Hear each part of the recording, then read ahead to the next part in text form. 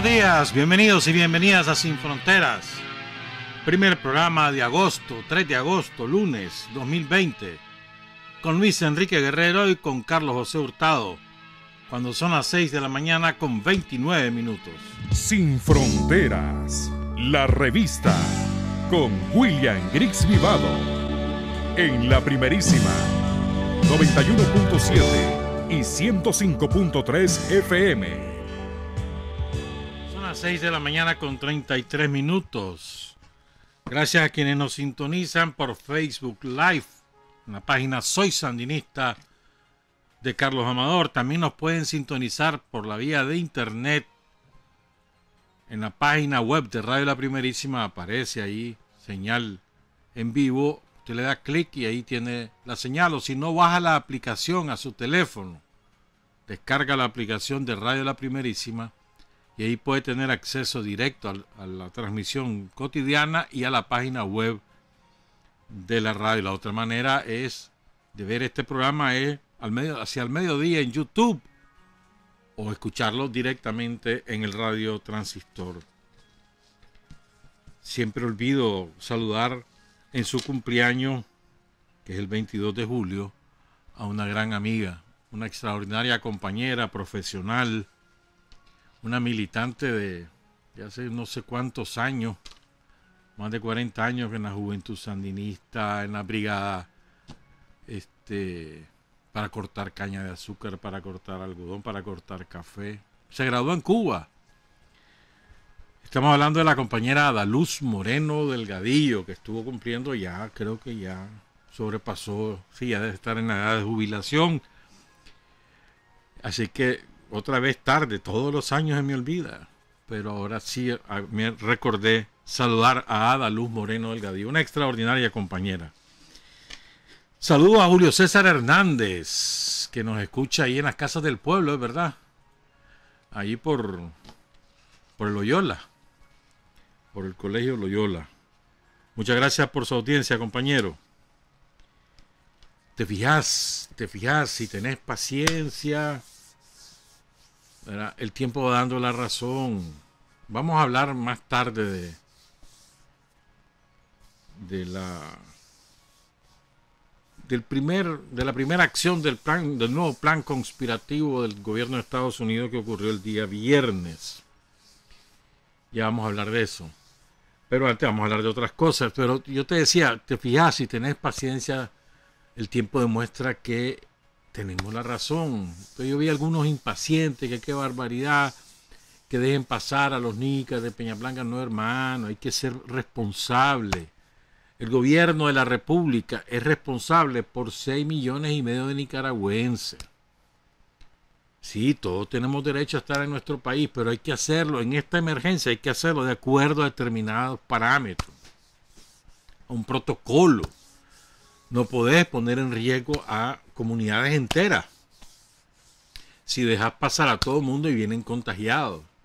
Y a lo mejor tienen una abuelita, o su papá, o su mamá, o su esposa, o su esposo, o su hijo, o su hija, su hermano, su hermana, su comadre, su compadre, que son diabéticos, que son hipertensos, que se han salvado de toda esto y por andar dejándole pasar, va enfermo, los enferma a su vez a los parientes, y estos desgraciadamente pierden la batalla contra el virus.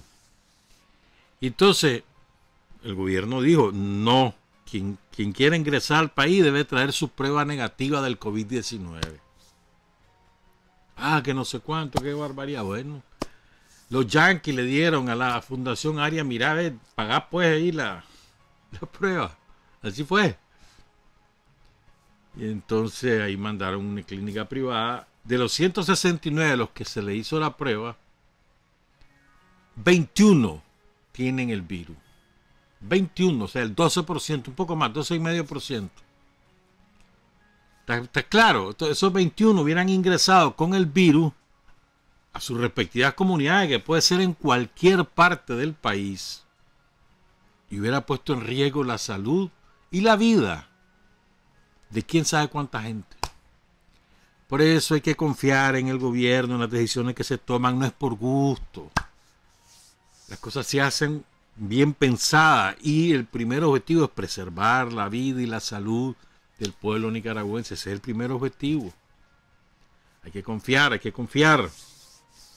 Y así con todo, si hay en el lado de Honduras, lo mismo. Si hay en los puertos, lo mismo. Si hay quien quiere venir por avión, lo mismo. Tu prueba negativa con 72 horas, por lo máximo 72 horas de vigencia. Y además, y fíjate bien, podés traer la prueba negativa, pero no es que vas para tu casa y a la juerga, pues, donde querrás ir. No. Vas con tu prueba negativa, pero aún así vas a pasar 14 días en tu casa confinado, bajo vigilancia del Ministerio de Salud a través del respectivo centro de salud de tu comunidad. Porque hay que prever. Hay que prever. Entonces es mejor prevenir que lamentar. Hay que tener confianza. Fíjate que, ¿qué tal? Digo yo, ¿eh? Si a Daniel se le ocurriera hoy, se le ocurrió, pues. Va, pues que no haya sido hoy. Ponerle que a Daniel se le hubiera ocurrido al principio de mayo, finales de abril de 2018, se le hubiera ocurrido, hombre, cortemos Facebook. Que ya nadie pueda tener Facebook en Nicaragua. Se le hubiera ocurrido. Y después se le ocurre a Daniel, cortemos Twitter. Que nadie tenga Twitter en Nicaragua. Y al día siguiente se le ocurre, cortemos Instagram. Y ya nadie tiene acceso a Instagram en Nicaragua. ¿Te imaginas que se le hubiera ocurrido eso a Daniel? ¿Qué chanchadas no estarían diciendo? ¿Verdad? ¿Es o no es? Jamás hubo eso. Inventaron, están bloqueando. Mentira, hermano. Si ellos se comunicaron y sembraron las mentiras y sembraron el terror por esa vía, por la vía de las redes. Y jamás el presidente Ortega tomó ninguna medida para controlar el acceso a las redes sociales. Pues bueno, el sábado se le ocurrió al más demócrata de los presidentes del mundo, según dice las viudas del Cerotal, ¿verdad? Según dicen ellos. Y es el primer dictador del mundo. A Donald Trump se le ocurrió que se va a liquidar TikTok en Estados Unidos, que no va a poder funcionar en los servidores de Estados Unidos, a menos que los chinos vendan esa empresa a alguien que no sea chino. Mira vos. Y no pasa nada, no es dictador. Nadie cuestiona eso como una violación de la libertad de expresión o de la libertad de empresa. Para nada. ¿Qué tal que Daniel lo hiciera aquí? Que hoy se le ocurriera. Hoy amaneció Daniel y dice, ve, vamos a cortar también nosotros TikTok. ¿Te imaginas lo que se desata aquí? Además, va en contra de la manera de ser de los sandinistas. Eso no es parte de nosotros, pues. Pero bueno, suponete, inventemos eso. ¿Ah? De dictador para arriba, nos dicen ahorita. De dictador para 2 veces arriba, nos dirían, si hace Daniel algo semejante a lo que acaba de hacer Trump, que es el ídolo de todas las viudas del Cerotal. Todavía no lo ha cerrado porque tiene que sortear algunos impedimentos legales, pero puede hacerlo. Por una decisión ejecutiva puede hacerlo. Entonces ahora sale diciendo Pompeo que otro terrorista con responsabilidades en la dictadura de Trump sale diciendo que a cualquier empresa china dedicada al negocio digital la pueden cerrar si les da la gana. Es que ese es un pleito. No, hermano, si en el caso de TikTok y de todo lo que es redes sociales, eso es parte de la nueva manera de entender la libertad de expresión. Por mucho que los yanquis controlan Facebook, lo controlan de la A a la Z, ¿oíste? Todos los datos que vos ahí pones, todos los datos, todo. Las fotografías de tus hijos, de tus hermanos, de tus padres, de tus madres, de tus abuelos, de tus novias, de tus novios, todo eso queda registrado bajo tu nombre en un archivo que ellos tienen. Y son miles de millones de archivos digitales. Les sirven para reconocimiento facial, les sirven para establecer, como te dijera yo, tendencias de consumo, les sirve para establecer opiniones políticas vinculadas a los usuarios. Imagínate que vos cuando ahora llegas a Estados Unidos, enséñame tu Facebook. Incluso cuando llegas a pedir visa a la embajada norteamericana, a ver, ¿tiene cuenta de Facebook? Enséñemela. Y la de Twitter, enséñemela. Y la de Instagram, enséñemela. Cuando vas a pedir, ¿lo viste? Ah, pero no es dictadura. No, eso no es dictadura. No. Es una democracia que se defiende. Doble moral. Bueno, antes de que hablemos de lo que ocurrió el viernes, que les vamos a ofrecer un punto de vista diferente, les anuncio en la página web de Radio La Primerísima. Acabamos de publicar la versión en español del documento al que nos referimos el viernes pasado. Los términos de referencia que la IDE establece, la USAID, para contratar a una empresa de origen norteamericano que se encargue de la conspiración en Nicaragua para propiciar condiciones que le permitan a los yanquis un golpe de Estado en Nicaragua. Está en la página web de Radio La Primerísima. Ahí lo pueden descargar el documento. Está en Word y también está la versión original en inglés. Agradecemos al compañero que desde Estados Unidos nos hizo la traducción, que nos reservamos su nombre por razones obvias y que ya hemos, repito, colocado en la página web.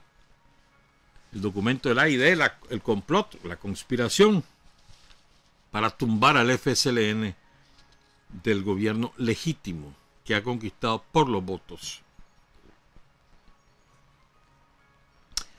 El 1 de agosto, todos los 1 de agosto, nosotros los sandinistas recordamos los combates del Sauce. Ahí cayó, y eso es lo que más recordamos, Arlencio. Pero realmente ahí cayeron bastantes más compañeros. Y hay una compañera de la cual casi nunca hemos hablado, excepto como una referencia a su vínculo marital, que es la de menor importancia. Es una auténtica heroína. Estamos hablando de Julia Herrera Picado, que un par de años antes se había casado con Germán Pomares Ordóñez, el Danto. Julita, como todos la conocían en ese tiempo, cae a los 22 años. Arlen tenía 20 años. ¿Cuál es la ventaja para recordar con mayor fuerza a Arlen? Es que había muchas fotos de ella. Y su belleza también enamoró a la opinión pública de la época y continúa enamorando a todo el sandinismo. Y de Julita hay muy poquitas fotos. Realmente solo conozco una. Conozco solamente una. Y vamos a explicar por qué.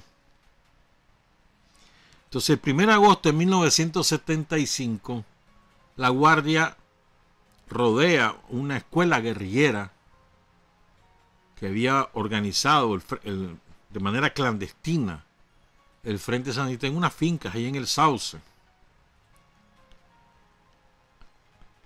Hay una reacción de todos los compañeros, sobre todo los de mayor experiencia, que se enfrentan a la Guardia. Y hay un grupo de ellos que se quedan resistiendo, dando oportunidad a los demás a replegarse y salvar la vida. Entre quienes se quedan defendiendo la vida de sus compañeros está Julia Herrera Picado y Arlencio. ¿Por qué? Pero ¿por qué conocemos tan poquito de Julita? Entonces yo quiero compartir con ustedes el testimonio de su hermana, de Nora Claudina Herrera Picado, que ha sido publicado también en la página web de La Primerísima desde la noche del viernes. Ella es, la hermana de Julita, es, pongan cuidado, médica, ginecóloga y obstetra. sea, toda una profesional. Lo que hubiera sido Julita, probablemente toda una profesional X. Pero murió en combate, ofreció su vida por el pueblo de Nicaragua y por la revolución. Y quiero introducirlo con esta frase, que es la frase que no pude encontrar en la hoja que andaba impresa el día viernes, pero que cae a nivel dedo. Una frase de Sandino. Me dirijo a ustedes, traidores, impostores, rufianes, sobornados, panfleteros. Poneos de rodillas todos vosotros, porque voy a invocar el sagrado nombre de mis inconquistables hermanos que han muerto defendiendo la libertad de Nicaragua. Rufo Antonio Marín, y enumera a otros compañeros. Y aquí decimos Julia Herrera Picado. La única foto, repetimos, es esta que estamos viendo en pantalla, que es una foto de ella probablemente en su graduación de primaria, porque ella no logró concluir sus estudios de bachillerato, según recuerdo. Y hay otra foto donde está, que la podés tomar, se me olvidó, Carlos, la podés tomar de la web, es el tercer artículo de opinión. En esa foto están doña Tere Picado, la mamá de Julita, que acaba de morir, murió en mayo. Acaba de morir, ya estaba bastante mayor.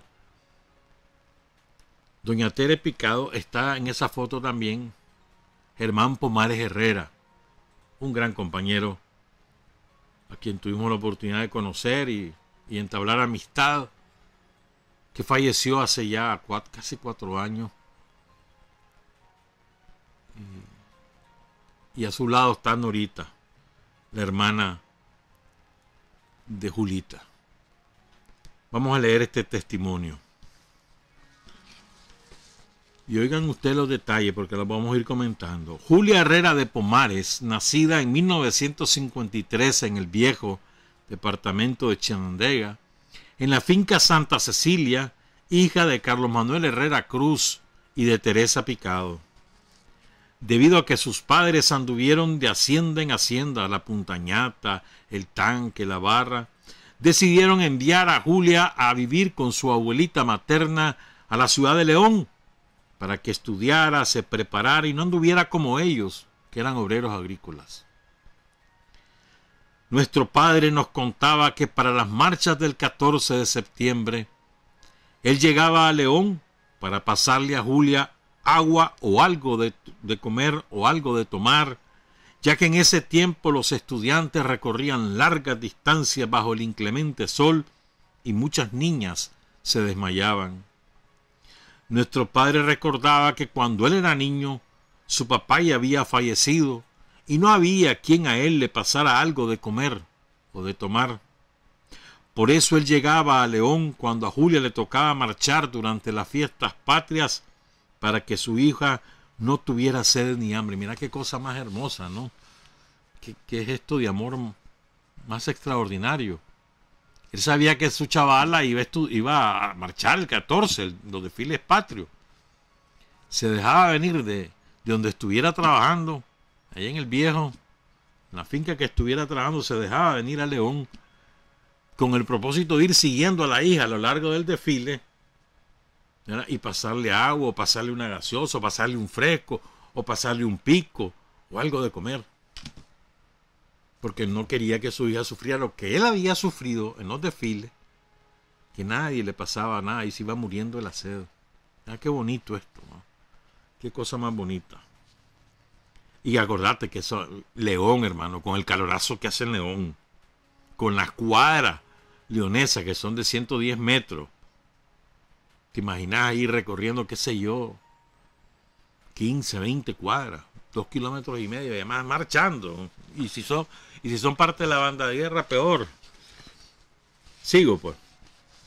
Julia estudió su primaria y se graduó a los 15 años en el Colegio de Señoritas de la Recolección. Nuestro padre, don Carlos Herrera, vendió una fanega de maíz para cubrir todos los gastos para su graduación. Julia se veía muy linda enfundada en su uniforme. Posteriormente ingresó en un colegio nocturno para concluir sus estudios de bachillerato. Estaba estudiando secundaria, o sea, estamos hablando de 1967, cuando los hermanos Tejada Peralta fueron capturados y uno de ellos, David, asesinado por la Guardia Nacional. Su cuerpo nunca fue encontrado y se cree que fue lanzado en el cráter del volcán Masaya. Ese brutal episodio impactó o marcó tanto a Julia que la hizo tomar la decisión de ingresar a la guerrilla del Frente Sandinista de Liberación Nacional y se propuso buscar y contactar al comandante Germán Pomares. Creo que ella lo conoció en la finca del papá del comandante Pomares, que estaba situada casi frente a la finca en donde Julia nació, que era de la familia de mi abuela materna. Germán Pomares estuvo preso en 1970 y salió de la cárcel en 1971. Yo recuerdo que entre finales de 1971 e inicios de 1972, Julia y Germán tuvieron una hija a la que bautizaron Celia en honor a la mamá del comandante Pomares. Esa niña falleció como a los 6 meses de edad y en mi recuerdo de niña a mí me pareció que fue de diarrea y de vómito, pero mi mamá Teresa Picado, decía que fue de fiebre perniciosa. En todo caso, cualquiera fuera la causa, era frecuente que los niños murieran a temprana edad. Recuerdo que los entierros de los niños tiernos fallecidos eran bien frecuentes, porque no había políticas ni programas para disminuir la morbimortalidad por diarrea, la polio, malaria y otras enfermedades. Conocí a tantos niños lindos y de repente los vi con su piernita renca y su vida afectada para siempre por la polio. Me voy a detener en esto porque quienes tenemos edad suficiente nos despierta a los recuerdos este testimonio de Norita, porque efectivamente yo recuerdo el cipote, el pasar de la gente con sus entierritos, niños que se morían de una gripe, en serio, de una gripe, de una diarrea, deshidratado, y la maldita polio, que no solo mataba, sino que si lograban salvar la vida a los niños o las niñas quedaban afectados para toda su vida, en sus extremidades, los brazos, las piernas. O sea, esos eran parte de las razones por las cuales uno se rebelaba contra la dictadura somocista. El abandono de la niñez y la pobreza enorme en la que vivían, y cómo uno aspiraba a que hubiese salud para todo el mundo, que la gente no se muriera de cualquier cosa, si tenía que morir, que se hicieran los esfuerzos máximos para impedirlo, pero no que se morían, y muchas veces en tu casa, porque ni siquiera para el pasaje llevar a los niños al hospital, que a lo mejor les quedaba, si vivían en una comarca, tenían que bajar a la cabecera departamental, imagínate vos, suponete que viviera en Cuscahuá, allá en Rancho Grande, tenían que bajar hasta Matagalpa en aquellos tiempos, con escaso transporte, con caminos intransitables, con las lluvias todo el tiempo. Entonces si se enfermaba el niño era una condena a muerte, segurísimo. Y es verdad, yo siempre recordaba, tengo esa imagen también en la jupa, pues, de la gente llevando su entierrito, pues, una cajita sencillísima, y poquita gente acompañando el entierro del niño. Continúo. Al comandante Pomares y a Julia les tocó en carne propia vivir la pérdida de una hija por la falta de políticas y programas para la atención a los menores, porque ni siquiera se trataban adecuadamente las enfermedades. El 29 de noviembre de 1974 nace su segundo hijo, Germán Pomares Herrera. Posteriormente, Julia se integra a la guerrilla y se lleva consigo al niño. Fíjate bien. Ya Julia estaba militando en el frente, obviamente. 8 meses después de integrada, llegó a la casa a dejar al niño. Y oigan por qué es que no hay fotos de Julita. Y recuerdo, dice Nora, que destruyó las fotos que de ella teníamos en la casa para que la guardia, los orejas, los sistemas de seguridad somocistas no tuvieran cómo identificarla. O sea, era el extremo de las medidas de seguridad de Julita.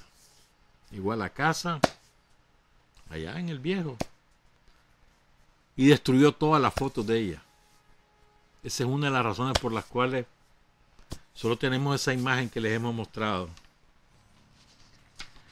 Un tiempo después, cuenta Nora, regresó a ver al niño, pero también a una misión que el FSLN le había encargado. Los sistemas de seguridad de Somoza la detectaron. Una vecina, doña Lupita Escalante, y su marido Jorge Guido tenían una carreta y en la madrugada sacaron a Julia envuelta en una sábana como que era una persona que iba grave, porque la guardia tenía rodeada nuestra casa. Yo creía que la habían sacado en un taxi, pero muchos años después me aclararon que fue en la carreta que la sacaron. ¿Viste la solidaridad de la gente? Para evitar que la guardia la atrapara, ya la habían detectado, tenían rodeada la casa. El vecino, envolvieron en la sábana a la Julita, la montaron en la carreta porque así se trasladaban a los enfermos. Así era. Y ahí iban, a vuelta de rueda de carreta, con los bueyes, hasta que llegaban a su destino. Así sacaron a la Julita, así le salvaron la vida en ese momento. Un tiempo después, mi hermano Ronald Herrera Picado se integra a la guerrilla convencido por Julia.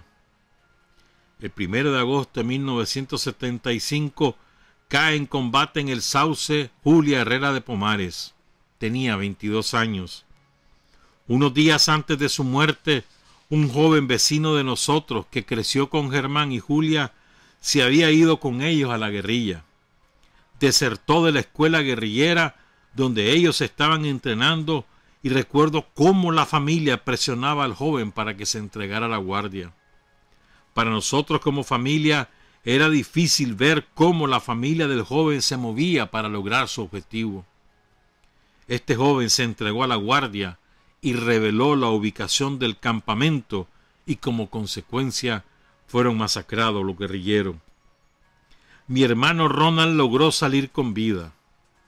Julia y Arlen Siu cubrieron la retirada y murieron combatiendo, mujeres de gran valor. Muchos años después conocí a una doctora, que es una gran persona y una gran colega originaria del Sauce, y me contó que los cuerpos de Julia y Arlen fueron profanados. La guardia las violó ya fallecidas. Julia era una mujer esbelta y Arlen una muchacha muy bonita. Imagínate cómo, a qué nivel de salvajismo llegaban las bestias del somocismo, ¿no? Caen combatiendo, las dos compañeras no fueron asesinadas, cayeron combatiendo. Esto es importante, hay que distinguir. Te asesinan cuando te capturan vivo y te matan, te asesinan cuando por puro gusto, pues allí la guardia disparó y te mató. No, ellas cayeron combatiendo, es diferente. Pero fíjense, caen combatiendo, caen también otros compañeros. Ahí cayó Mario Estrada, Gilberto Rostrán, Mercedes Rey, Hugo Arévalo, Juan y Leónidas Espinosa. Todos ellos cayeron ahí en el Sauce. Y entonces, bueno, están los cadáveres. Vienen los guardias enfermos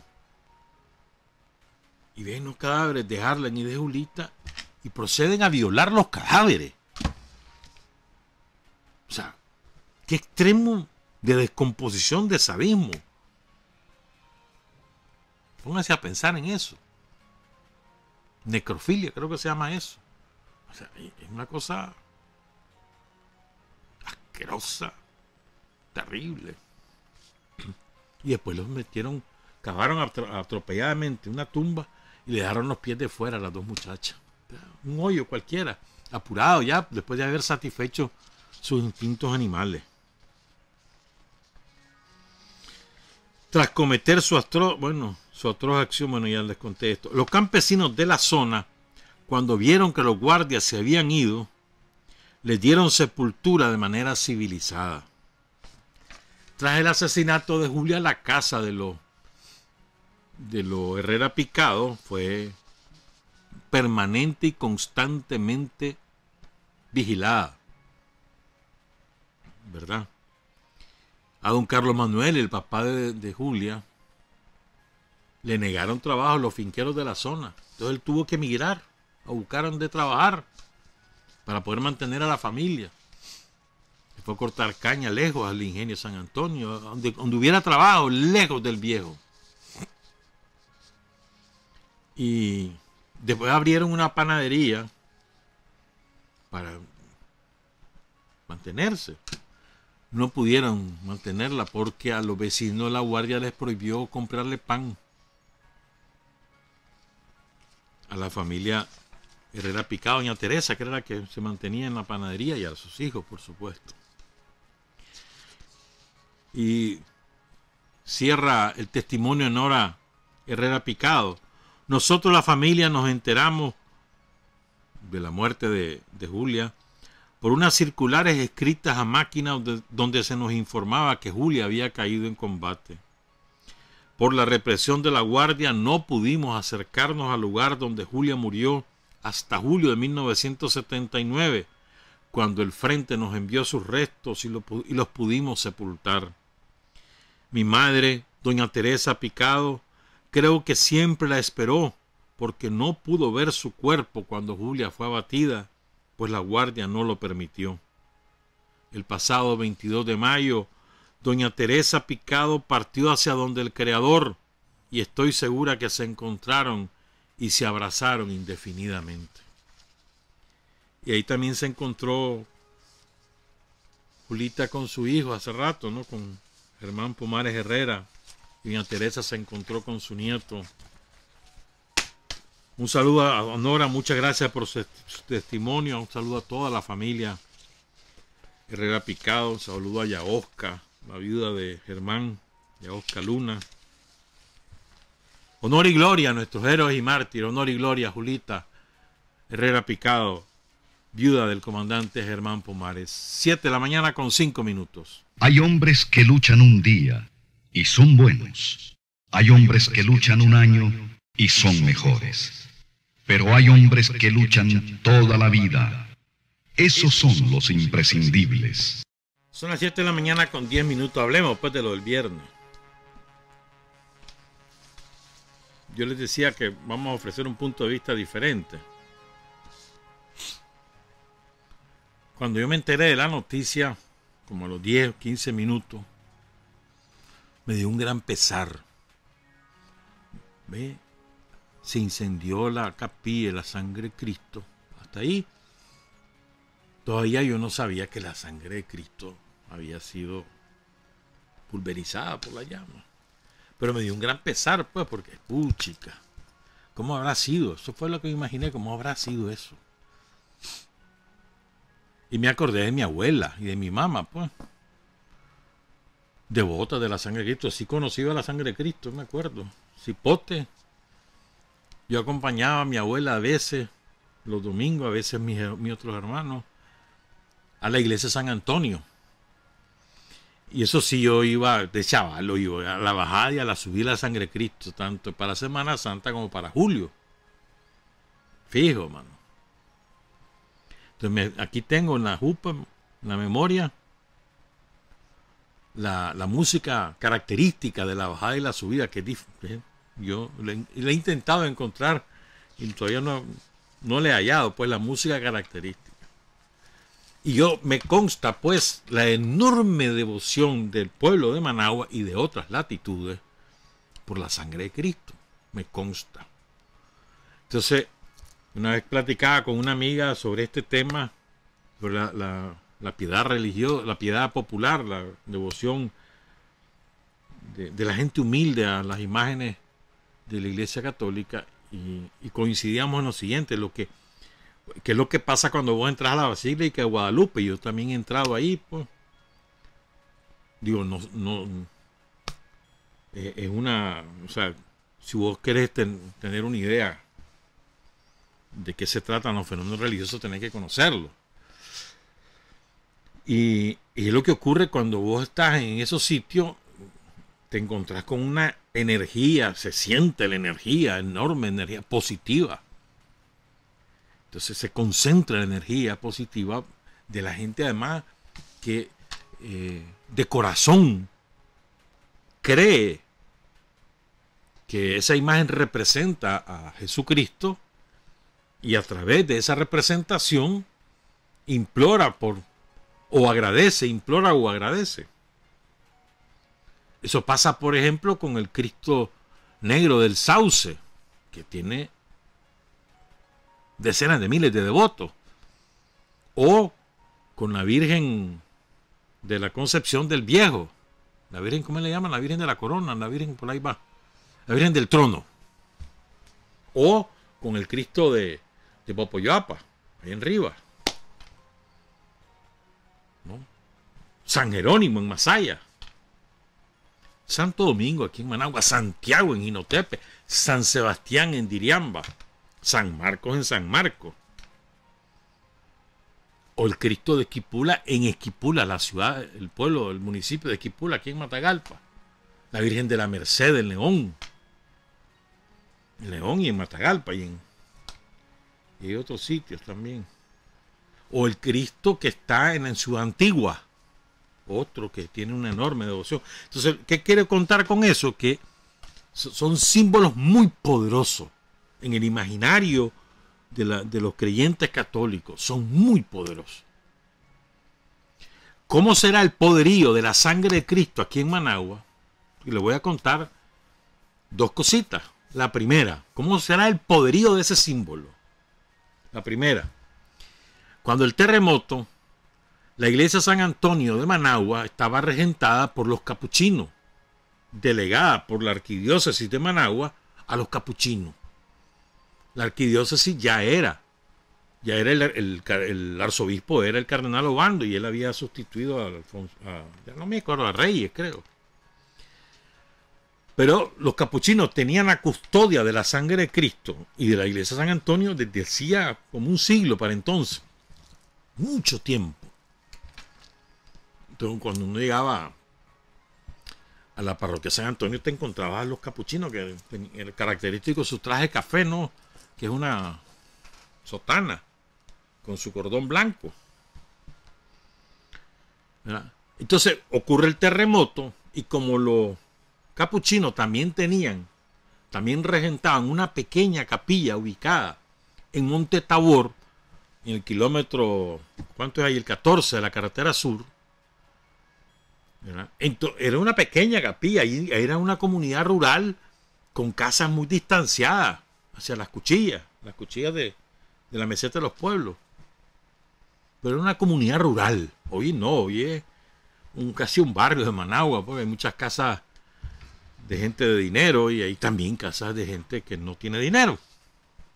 Pero ahí la trasladaron porque ellos eran los custodios de la sangre de Cristo y se la llevaron a Monte Tabor.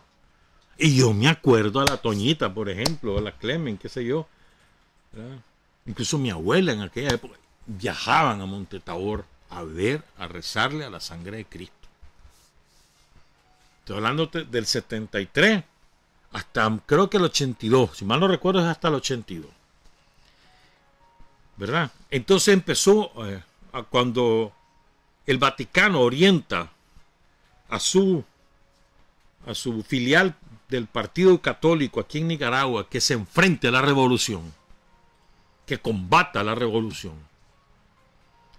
Entonces era crucial tener símbolos religiosos al servicio de la causa contrarrevolucionaria, ¿verdad? Y el principal símbolo religioso en Nicaragua, perdón, en Managua, en la ciudad de Managua, era la sangre de Cristo, pero no la administraba la arquidiócesis, no la administraban los diocesanos, la administraban, la custodiaban los capuchinos, y los capuchinos no estaban metidos en ese combo. Es una orden. No son diocesanos, no dependen directamente del arzobispo, se subordinan en tanto parroquia, pero como orden no, se subordinan al Vaticano. Y entonces ellos se resistían a ese plan de andar utilizando políticamente la sangre de Cristo. Entonces llega un momento que el cardenal Obando, después fue cardenal, todavía no lo era, junto con sus huestes, secuestran a la imagen de la sangre de Cristo de noche, con furtivo, un robo completo. Y se la llevan de Monte Tabor a la iglesia Pío X de Bello Horizonte. No existía la catedral. Y ahí se la llevan. Porque ahí eran ellos los que la administraban. Creo que ahí estuvo Polo Brene de párroco, si mal no recuerdo. Entonces, se la llevan para allá para poderla utilizar políticamente. Y así fue. Empezaron a usar el símbolo de la sangre de Cristo, el poderío de la sangre de Cristo, la devoción popular hacia la sangre de Cristo en una causa contrarrevolucionaria, para sumarse a la agresión militar yanqui contra Nicaragua. Esa es la primera cosa que les quería recordar. O sea, cómo es de poderoso ese símbolo. Y lo segundo es que para 2006, si ustedes recuerdan, esto me lo recordaba un sacerdote el día sábado, un sacerdote que está aquí en Nicaragua y que no tiene que ver con estas conspiraderas, me lo recordaba. En 2006 hubo una manifestación enorme, ¿se acuerdan?, contra la legalización del aborto. ¿Se acuerdan? Iban todas las congregaciones cristianas de las iglesias evangélicas y la iglesia católica se unieron. Y quien encabezó esa marcha fue el cardenal Obando. ¿Y qué símbolo creen que ustedes que incorporaron a esa marcha? No fue San Jerónimo, no fue Santiago, no fue la Virgen, no. Llevaron a la sangre de Cristo. ¿Cómo es de poderoso ese símbolo? Y la sangre de Cristo acompañó esa marcha, que fue multitudinaria, y que culmina con la negación de ese aborto. Por cierto, recuerdo que una hermana de un asesino somocista, y uno de los peores criminales de guerra de la dictadura, hermana de él, que ahora es periodista, y que le saca reales a Estados Unidos por borbotones, antisandinista total, después que fue gran militante. Esta señora decía que un pedazo, que le parecía increíble, lo escribió en el 2017, que fuera más importante para los católicos un pedazo de madera que defender sus derechos. Increíble, ¿verdad? Ahora está desgarrándose la vestidura. De barbaridad lo que hicieron con la sangre de Cristo. Ella dijo que era un pedazo de madera en el 2017. Bueno, entonces es importante tener las dimensiones de lo que es la sangre de Cristo para una gran cantidad de católicos, sobre todo los católicos empobrecidos. Es un símbolo sumamente poderoso. Eso es lo primero que quería señalar. Voy a lo segundo. Y aquí probablemente voy a escaparme de lo que hemos estado leyendo y escuchando. Repito, lo que yo primero dije, puchica, qué barbaridad, cómo dejaron que se quemara la sangre de Cristo. Versión de atentado la siembran los activistas de Brene. Nada más. Yo esperé a ver qué decía Rosario, y Rosario habló del tema. Ese día habló Daniel, pero sobre la Fuerza Aérea, y se limitó a hablar de la Fuerza Aérea. Estuvo el general Julio César Avilés, que habló un poquito, habló otro poquito. Daniel, media hora duró ese acto. A la 1 de la tarde habló Rosario. Rosario jamás habló de atentado. Jamás. Incluso ya Rosario decía, este es el peligro de las velas y de andar dejándolas encendidas y cerca de las imágenes. Por ahí se fue. Pero jamás habló de atentado. No me explico cómo nosotros caemos en esas trampas. No me lo explico por derecho. ¿Por qué no esperamos la versión oficial de que además nuestras instituciones no te mienten, te van a decir lo que realmente ocurrió? Ah, no, caímos en la trampa y empezamos a decir que no habíamos sido nosotros, sino que ellos. A ver, pero ¿quién está hablando de atentado? ¿Qué pruebas hay de que hubo un atentado? No hay ni una sola prueba de que fue un atentado. No hay prueba. A ver, cóctel Molotov, eso lo inventaron después. A ver, cuando vos tengas un artefacto explosivo de cualquier potencia, eso deja rastros. No solo rastros materiales, físicos, es decir, pedazos que quedan del artefacto explosivo, sino además la llamarada que queda claramente dibujada en algún sector. Eso los expertos lo saben. Busquen expertos en incendio y van a verlo. O sea, pero es que, y además, vos veías esa foto y vos lo que veías era la tragedia pues, de las llamas que consumen la capilla, que la cápsula y además la propia imagen que tiene, qué sé yo, casi 400 años. ¿No? Pero uno no veía en esa foto huella de atentado. No hay. Ah, no, los sandinistas caímos en la trampa. O sea, nos tendieron una trampa y nos pusieron a la defensiva. ¿Pero por qué? ¿Por qué nos dejamos atrapar? Ellos siembran sus cosas, déjennos que las siembren, déjennos que ellas se las crean. Nosotros no tenemos por qué creerles a ellos.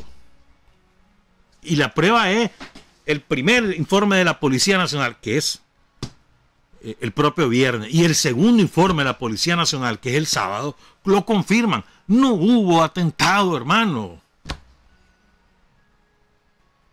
No hubo atentado. Pero además te voy a decir otra cosa más. ¿Cómo te pones a negar o a no negar este evento cuando vos sabés que por principios, es parte de nuestros principios, el Frente Sandinista de Liberación Nacional jamás va a atentar contra la religiosidad popular? Nunca. Así, nunca. Eso es categórico, absoluto.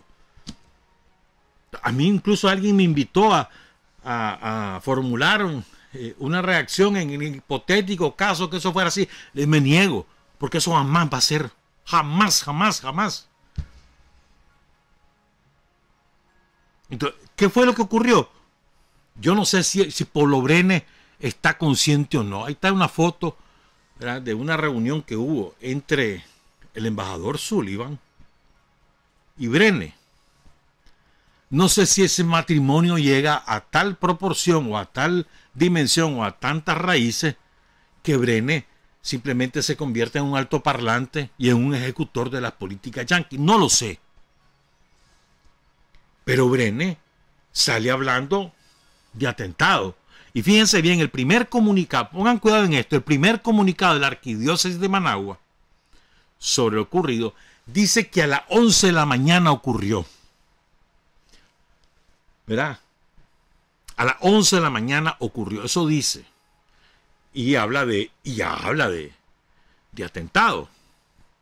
Después habla Rosario como a la 1 de la tarde, menciona lo de las veladoras. Entonces ellos, y además dice la hora a la cual recibieron la llamada telefónica en los bomberos, que fue a las 11:30 de la mañana. Entonces vienen ellos y corrigen el comunicado. Cambian, quitan la hora, ya no aparece la hora. O sea, quitan ese comunicado, lo cambian y ya se refieren a las veladoras. Fíjense bien.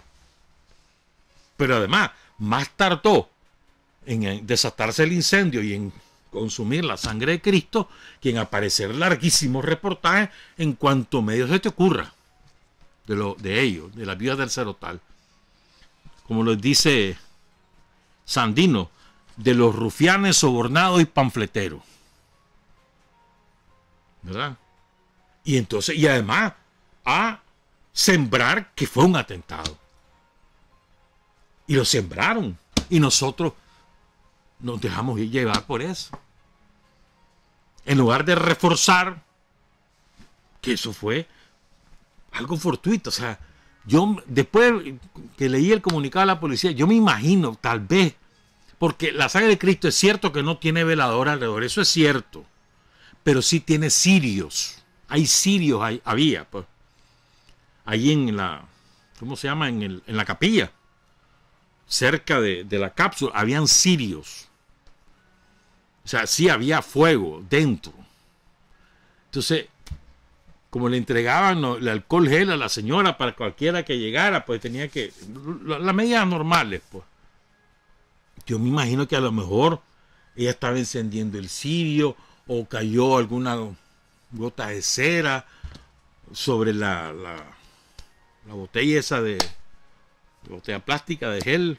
¿Cómo que le llaman a eso? Los atomizadores. Tal vez por ahí. Pero es un hecho que no hay evidencia física. No hay evidencia física de atentado. No existe. 2 veces llegaron los expertos ahí. 2 veces. No hay evidencia de un atentado, hermano. ¿Por qué te empeñas en andarte emitiendo chochadas? No hay. Esa es una. Voy con otra. ¿Verdad? ¿Cuánta gente había ahí en la catedral? 2 personas. 2. Ahí en la capilla. 2. La señora que vende veladora y el señor que está rezándole a la sangre de Cristo. Más nadie. Mira las 2 versiones que hay. Al principio, o sea, a las 11:40, 11:45, lo primero que dijeron, no hablaron de cóctel molotov ni nada. Lo primero que dijeron es que había llegado un hombre allí a la catedral preguntando a los que estaban en la catedral, no a los que estaban en la capilla porque ahí solo había uno, a los que estaban en las bancas de la catedral rezando, lo que fuera, preguntando dónde quedaba la capilla de la sangre de Cristo. Entonces le indicaron dónde quedaba y que después se desató el incendio. Esa fue la primera versión. Después aparece otra versión de ellos. Todo para sembrar que es un atentado de ellos. Dicen, un encapuchado entró, lanzó el cóctel molotov y huyó. Nadie lo vio. Encapuchado. ¿Cómo saben que era encapuchado? Alguien vio tirar ese artefacto y no reaccionó. No intentó capturarlo. No pegó grito, ayúdeme, ayúdeme, ayúdeme. Nadie, nadie. Y allí hay vigilantes en la catedral, en las 2 entradas. En la entrada de arriba, frente a la Plaza del Sol, en las 3 entradas. En la entrada norte, que queda por la DGI, ahí hay una calle, ahí hay otra entrada. Y en la entrada sur, donde hay varias patrullas de la policía. Nadie pegó gritos de nada. Nadie pidió ayuda, nadie imploró. A nadie se le ocurrió agarrar su celular. Para todo filman. Ni una imagen. Ahí ve el encapuchado, qué barbaridad, síganlo, atrápenlo, qué bárbaro, mira lo que acaba de hacer. Nadie. No existe. Después aparece una misteriosa ahí. Es que sí, que fue un... Es que yo sé quién es, porque es uno que aquí venía... Se comenzaron a inventar, a buscar cómo inventar para sembrar la idea del atentado. Y utilizarlo, por lo tanto, políticamente. Porque sí, como ocurrió en la Catedral de Notre Dame, en París. ¿Qué fue lo que pasó ahí? Una cosa terrible desde el punto de vista cultural y desde el punto de vista religioso para los franceses. Ahí no se sabe todavía exactamente qué fue lo que pasó que causó ese incendio. A nadie se le ha ocurrido decir que alguien atentó contra Notre Dame en nombre de nadie. Y ahí en Francia hay anarquistas, hay un movimiento ateo poderosísimo, un movimiento pro-abortista muy poderoso también, y nadie se le ocurrió decir que fueron ellos. Y después la de Nantes creo que también se quemó. O sea, digo, un accidente que culmina en incendio ocurre en cualquier lado del mundo, hermano. Y es tristísimo, pues, porque destruyó un símbolo tan poderoso y de tanto afecto que le tiene la gente católica, pues, los católicos de Managua. Y que causa conmoción. A mí me conmocionó, chucho, la sangre de Cristo. Yo me quedaba, qué barbaridad. Después dice el cardenal Brené, o sea, hace una improvisada conferencia de prensa, pongan cuidado. Y dice que ellos creían que el rostro de la sangre de Cristo era una sola pieza. Y que ahí se dieron cuenta que no, que había una capa superpuesta en el rostro de la sangre de Cristo. Y se dieron cuenta porque esa parte se cayó. Eso dice el cardenal Brené. Y entonces aparece la parte caída del rostro de la sangre de Cristo, era tirada en el piso. chamuscada, ennegrecida, negra. Ah, no. Sale un cura ahí de los subalternos de Brenner diciendo que esa es la evidencia del artefacto explosivo. Estúpido. Si Brenner dijo que ese es el rostro superpuesto que tenía la sangre de Cristo, lo dijo Brenner. Todos caemos en eso. Y nos dejamos guiar. ¿Me explico, no? Entonces ellos tuvieron éxito al sembrar la idea del atentado, tanto que hasta el Papa habló de atentado. Ayer no culpó a nadie, por cierto, pero habló de atentado, ¿no? Le sembraron idea. Y aparecen, vos sabés que el Papa es jesuita, aparecen los jesuitas de aquí hablando de atentado también. A ver, ¿qué fundamentos tienen para hablar de atentado? ¿Qué pruebas pueden demostrar que es un atentado? Díganme. ¿Dónde están las pruebas? Porque vos no podés hablar al bolsazo si te las picás de objetivo, de equilibrado, de independiente. A ver, entonces, si vos estás convencido que es atentado, estás convencido a partir de las pruebas. Presentame esas pruebas. Y aunque la policía no las reconozca, si vos tenés esas pruebas, yo te voy a decir si yo creo en ellas o no. Aunque la policía no las reconociera, en el hipotético caso que las hubiera. Pero presentame las pruebas. Solo porque vos sos un gran tapudo y enemigo del frente no tengo por qué creerte. Ahora resulta que los robos en algunas parroquias también son parte de una campaña política. Pero puchica, sean burros todos estos. No, no son burros. Son parte de una conspiración. Y lo hacen con ese interés político, con ser parte de la conspiración. Robo las iglesias han habido en montones de lugares. Si los cristianos les viven robando en sus congregaciones, que los equipos de sonido, que la silla más bonita del templo, la congregación, se la roban. ¿Quiénes se la roban? Generalmente los picados y los drogos del barrio. A cada rato pasa eso. No me van a decir ahora que eso es una campaña contra las congregaciones. Sale un idiota ahí que desgraciadamente es periodista diciendo que lo del Cine González, que era un militante de la juventud. No fregué, hombre. Si el mismo pastor salió diciendo que era uno de ellos. Cuando quemaron el templo ahí donde era el Cine González, ¿te acordás? Y el mismo pastor salió diciendo que no quería que estuviera preso él. Él dijo eso. Y él le pidió al gobierno que lo soltara. No, resulta que es que nosotros lo soltamos porque era de la juventud. Puchica, ¿cómo se miente? Y nosotros caemos en esas trampas. La evidencia no dice que haya habido atentado, hermano. Eso fue un accidente. ¿Cómo ocurrió? Hay que verlo. Los principales testigos son el feligrés y la vendedora de veladora. Lo que pasa es que me imagino que a los dos, sobre todo a la vendedora, que no sé si es empleada de la catedral o si es que ella ahí vende y le dan permiso de vender, no lo sé. Pero me imagino que esa pobre mujer debe estar sometida a unas presiones terribles para que diga lo que quieren que diga. Pero no, a ver, siempre las palabras de un testigo deben estar soportadas por evidencia física. Si no, no son pruebas periciales, no son pruebas judiciales. No, y eso lo sabe todo el mundo.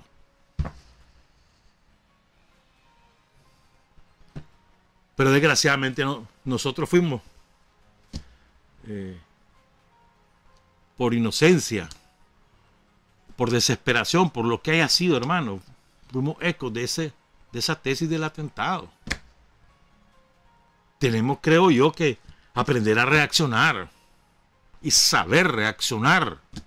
Ya nos pasó, segunda que nos pasa, ¿oyeron? Segunda, en estos días, para el 19 de julio, en lugar de que nosotros habláramos de lo lindo que quedó ese escenario, del extraordinario discurso de Daniel y de la fiesta nacional que fue el 19 de julio, en todas partes se celebró, cachimbo, gente saludando a las caravanas. En lugar de hablar de eso, que fue un jolgorio por todos lados, que se demostró que la gente quería celebración y la celebró a su manera, en lugar de hablar de esas cosas, de esos tres elementos, no, comenzamos a defendernos que si no era diabólico la tal estrella. Caímos en la trampa y nadie ya se acordó de hablar del discurso de Daniel o de hablar de lo bonito que estuvo o de hablar de lo que ya te decía, pues del holgorio por todos lados. O sea, segunda vez que caemos en la trampa. Y es en las redes el problema. En los medios no, en las redes. En todas las redes, en TikTok, en Instagram, en Facebook, en Twitter, caemos en esa trampa. Y nos ponemos a dar explicaciones. Metámonos en la UPA. Ellos jamás van a decir la verdad, jamás. Te voy a dar dos ejemplos. Dos ejemplos de cómo ellos sí evitan reproducir contenido que no son los suyos y evitan incluso reaccionar políticamente los dirigentes del Cero Tal evitan reaccionar políticamente ante cosas que les son inconvenientes. Te voy a dar dos ejemplos.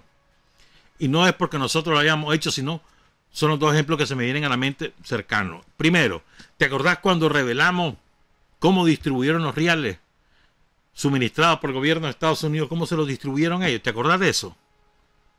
Documento en mano. ¿Se acuerdan de eso? Díganme una sola publicación de ellos. Una que se haya referido a ese documento. Una. Díganme. ¿Qué dirigente del Cero Tal salió reaccionando diciendo que eso es mentira? Díganme uno. No son babosos. Saben que están hasta el eje. Mejor chitón pitillo. ¿Me explico? O sea, ellos son, o sea, aplicaron astucia. Y eso ante hechos verídicos, verdades. Ahí están documentadas, constatables. Nosotros es al revés. Son inventos de ellos, son puras mentiras. Sabemos que son mentiras y caemos en la trampa. Te voy a dar el segundo. El viernes pasado, el documento que compartimos con ustedes, de todo el plan de la IDE. Dígame una sola reacción de ellos. La única es, empezaron a aplicarlo. Esa es la única.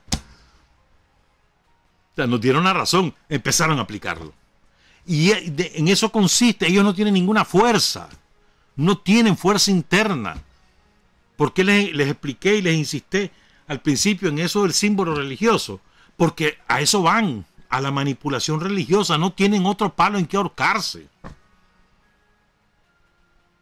Ningún gobierno, ninguno, ni el de la Violeta, ni el de Bolaño, ni el de Alemán, ni mucho menos la dictadura Somos, si están respaldados de tal manera el funcionamiento de las iglesias católicas y de las congregaciones cristianas como el gobierno sandinista. A mí, si me preguntaran lo personal, yo no lo haría, pues, pero es la filosofía de este gobierno. Y a los curas que piden ayuda por esto, por esto, por esto, por aquello. Los templos que se les pagaba la luz, que se les ayudaba con los impuestos, que mira que el cura que no tiene carro, después le vamos a ayudar con el combustible. Ninguno. Pastores y cura y obispo. Jamás ha habido ni una sola señal de que el Frente Sandinista, Daniel o Rosario, estén en contra de cura como persona, ninguna, o de la institución como tal. Estamos en contra de las posiciones políticas de algunos de sus jerarcas. Ese es diferente. Las posiciones políticas, no como jerarcas católicos. Los jerarcas católicos dicen su manera de interpretar su Biblia o su, digamos, su lógica teológica a la manera que les da la gana y nadie les dice nada. Otra cosa es cuando hacen declaraciones políticas o cuando te involucras, como lo hicieron, en una intentona criminal contra el gobierno legítimamente constituido. Y esa es otra cosa. Se conduelen por lo que ocurrió, que es una desgracia, que se haya quemado la sangre de Cristo. Pero no hubo una sola palabra de consuelo a la familia de los sandinistas y policías asesinados por los delincuentes, por las viudas del Cero Tal, en la intentona entre abril y julio. Ni una sola palabra de consuelo, ni una.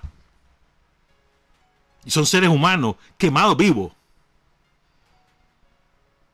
No fue una imagen, fueron seres humanos. Ni una palabra. ¿Es un comportamiento político o no? Sí lo es. Entonces, estemos claros, los yanquis van a seguir en su intentona por derrocar al gobierno de Daniel o impedir que gane las elecciones, o aunque gane las elecciones, ignorar los resultados. Lo van a seguir haciendo porque no somos venaditos de su huerta, hombre. Mientras no nos sometamos a sus dictados, no somos parte de su combo. Y al que no es parte de su combo le hacen la guerra. Se la están haciendo López Obrador, se la están haciendo Alberto y Cristina Fernández en Argentina, se la hacen a Maduro y al PSUV en Venezuela, eso ya lo sabe. A Raúl y Miguel Díaz-Canel en Cuba, a Irán, a todo el mundo, a todo el que no se somete, se la están haciendo a la Merkel, pues en Alemania. A la Merkel, una mujer de derechas, se la están haciendo la guerra a la Merkel en Alemania. Imagínate vos cómo es. El que no se enfila, le hace la guerra. Entonces, si sabemos que así se van a comportar, y además tenemos detalles de qué es lo que van a hacer, hombre, prepárate. Prepárate. Primero hay que estar enterado, hay que estar informado. Segundo, hay que mantener la cohesión interna, la organización, estar listos al llamado, estar ojos al Cristo. Tercero, hay que hacer el trabajo político, hay que ir a la cosecha política de toda la obra de Daniel en estos 13, 14 años. Hay que ir. Estamos en elecciones y empezamos las elecciones. Bueno, entonces tenemos que ir a buscar el voto, a garantizar el voto, a cosechar lo que los programas de gobierno hacen, ¿no? Pero tenemos que, creo yo, resistir la tentación de andar reaccionando, creo yo, en mi opinión, en mi punto de vista, de andar reaccionando a cuanta babosada inventan estos desgraciados. Ay, dejémoslo. Perdón, ni siquiera se trata, es que algunos dicen, mira, hay que entrar a tal enlace y hay que darle me divierto. No, hermano, no hay que entrar, no hay que reaccionar de ninguna manera, ni en forma, ni nada. Ay, déjenlo. Te querés dirigir, además la mayor parte de los contras que ahí participan, que salen comentarios horrorosos sobre nosotros, la mayor parte son bots. Entonces, mejor tirarle un mensaje directo, hombre. Pues no andes reaccionando.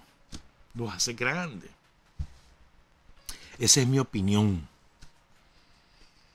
¿Verdad? En resumen, pues, una desgracia.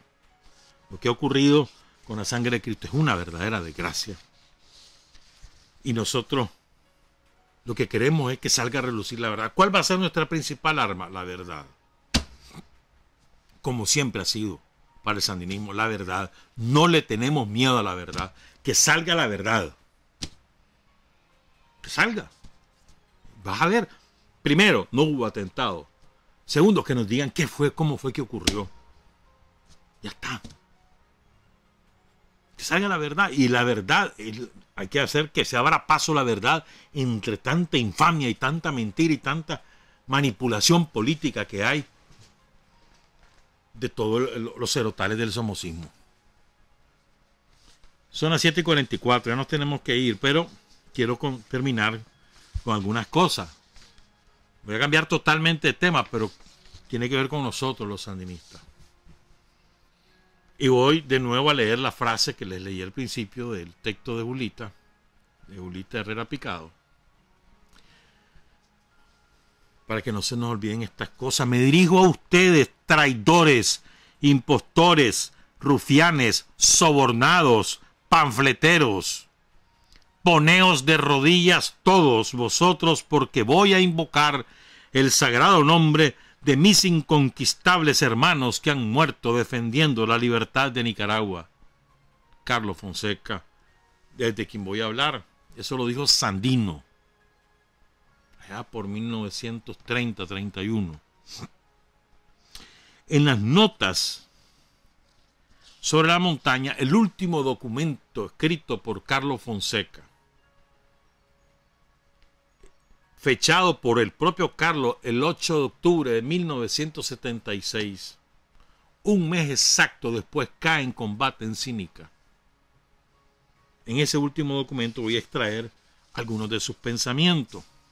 No va a dar tiempo de leerlos todos, pero sí lo vamos a seguir haciendo el miércoles. Por cierto, les anuncio, el próximo viernes no habrá Sin Frontera y el 10 de agosto es asueto. Así que ni viernes ni lunes, para que después no me reclamen. El miércoles es el último día de esta semana y después regresamos el siguiente miércoles. Dice Carlos Fonseca, el espíritu proletario, el estilo obrero, obliga a observar con tristeza el yerro, el error, que comete el hermano, y con alegría los méritos que puede lucir.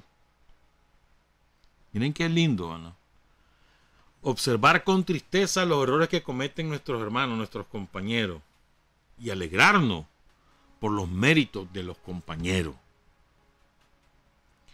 Y dice Carlos, sería tan infantil ver lo anterior como que se trata de una vulgar receta que obliga a derramar una lágrima cuando el hermano se desvía y pelar los dientes cuando el hermano va bien.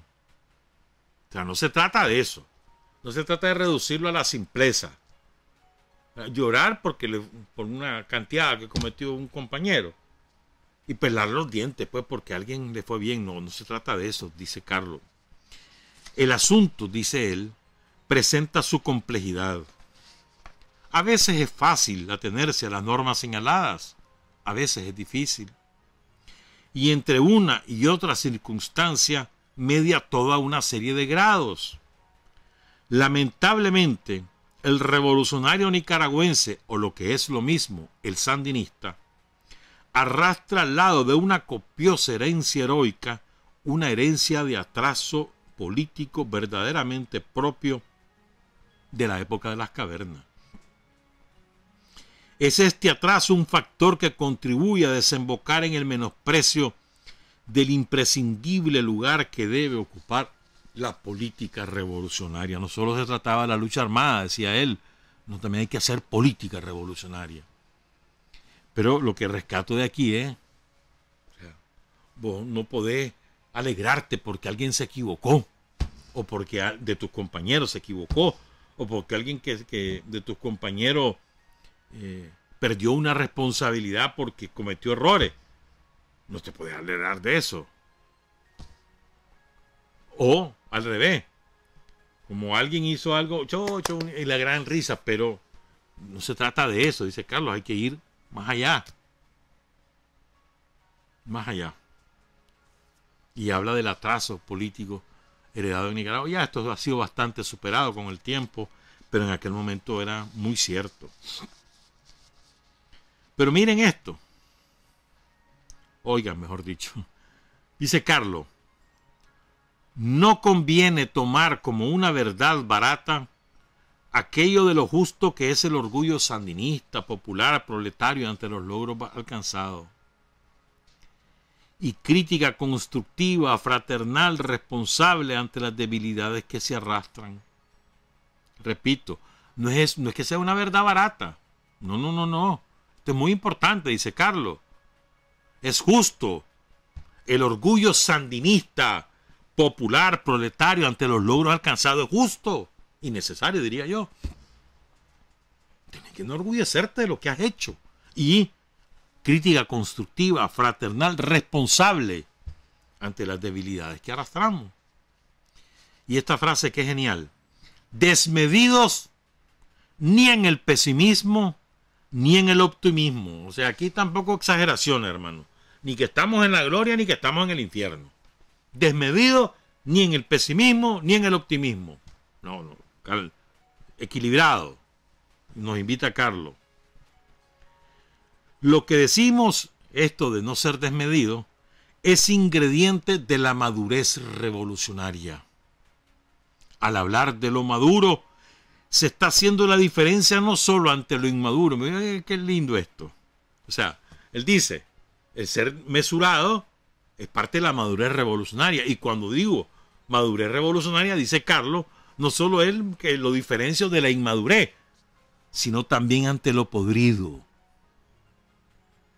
siendo esto último a las claras peor que lo anterior. Es decir, hay que diferenciar lo que es, desde el punto de vista revolucionario, lo que es maduro de lo que es inmaduro, y sobre todo lo que está podrido, que eso es peor que ser inmaduro. Ojo,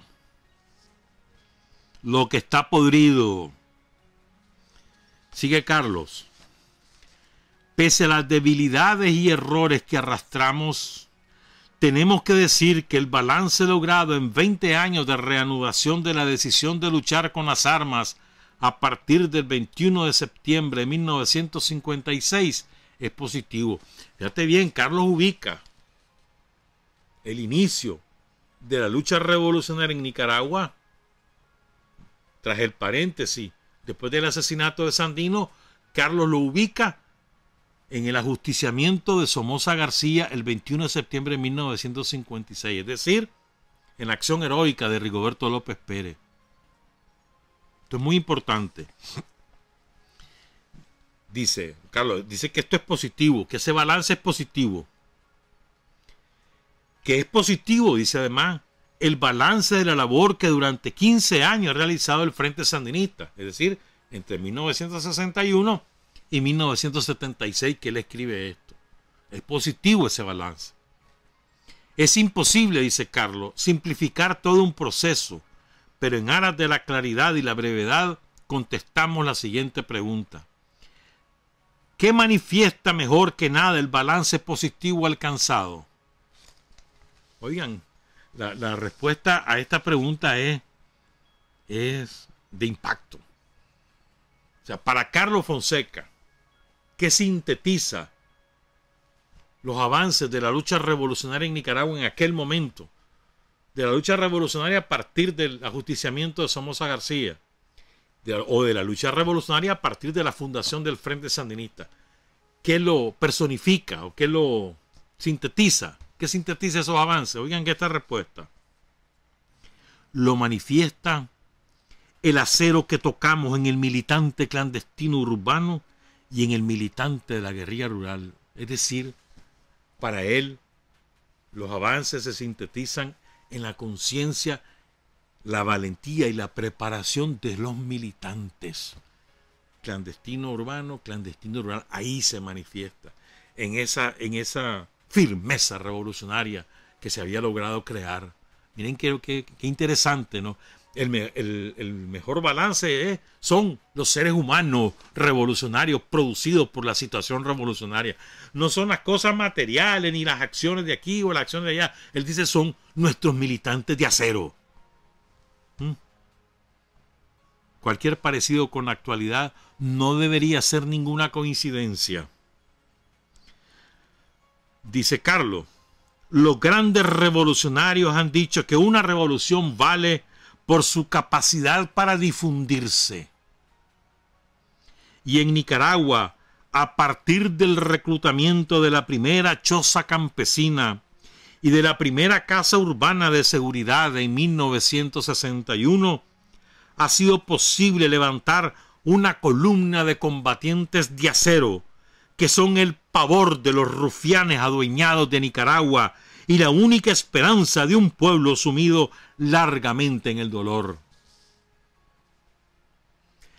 El mejor resultado de la revolución son sus militantes firmes, conscientes, disciplinados, leales, preparados, dispuestos al combate en cualquier circunstancia. Ese es nuestro mejor resultado, la militancia de acero. En palabras de Carlos Fonseca, y yo creo que eso, 44 años después, continúa vigente. Buenas tardes, buenas noches, buenos días. Trabajar, avanzar, combatir, vencer, patria y libertad. Revolución es sentido del momento histórico. Es cambiar todo lo que debe ser cambiado. Es igualdad y libertad plenas. Es ser tratado y tratar a los demás como seres humanos. Es emanciparnos por nosotros mismos y con nuestros propios esfuerzos. Es desafiar poderosas fuerzas dominantes dentro y fuera del ámbito social y nacional. Es defender valores en los que se cree al precio de cualquier sacrificio. Es modestia, desinterés, altruismo, solidaridad y heroísmo. Es no mentir jamás ni violar principios éticos. Es convicción profunda de que no existe fuerza en el mundo capaz de aplastar la fuerza de la verdad y las ideas. Revolución es unidad, es independencia, es luchar por nuestro sueño de justicia para Cuba y para el mundo, que es la base de nuestro patriotismo, nuestro socialismo y nuestro internacionalismo.